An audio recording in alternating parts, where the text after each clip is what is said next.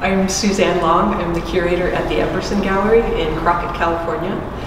We just completed the install of our latest show, and I'm here with one of the artists. Welcome, Francoise LeClerc. Thanks so much for having me. I'm happy to be able to show here.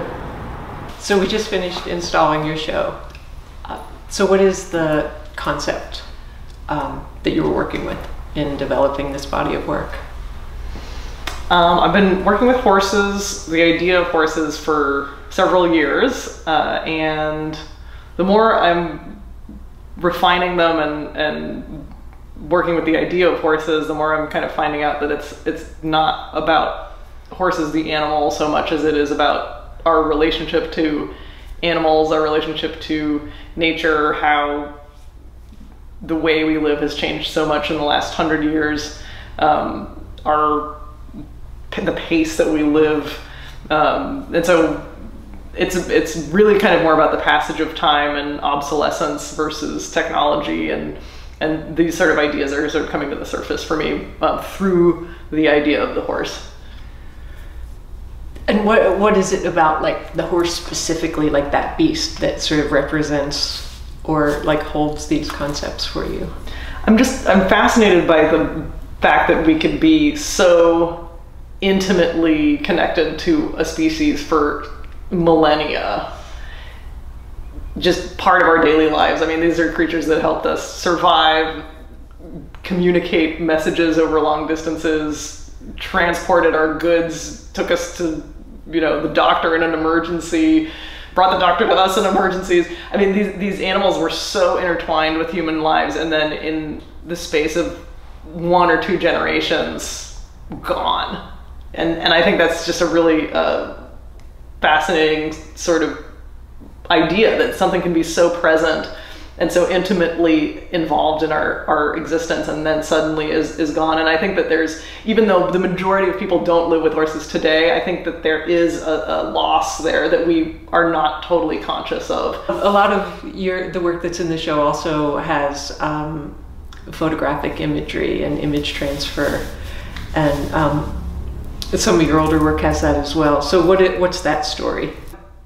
What's odd is that I have no desire to be a photographer. The capturing of the image is not as compelling to me as the discovery of the existing image.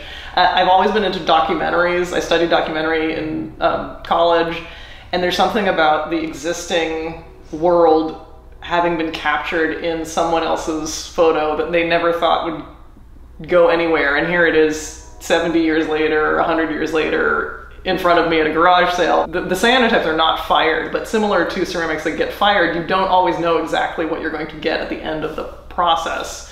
You have some idea of what you'd like to achieve, but what comes out is not necessarily the same thing. And over time, the images change.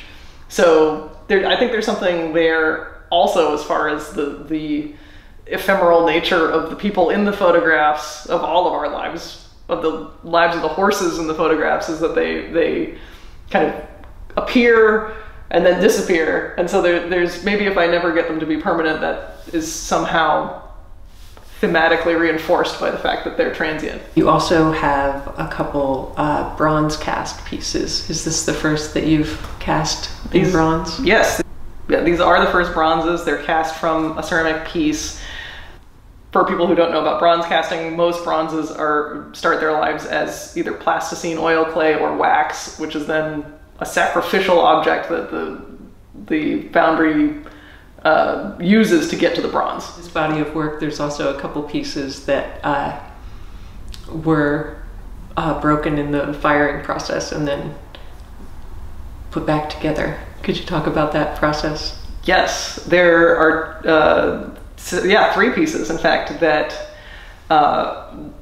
did not make it through the kiln intact, which happens frequently in my work.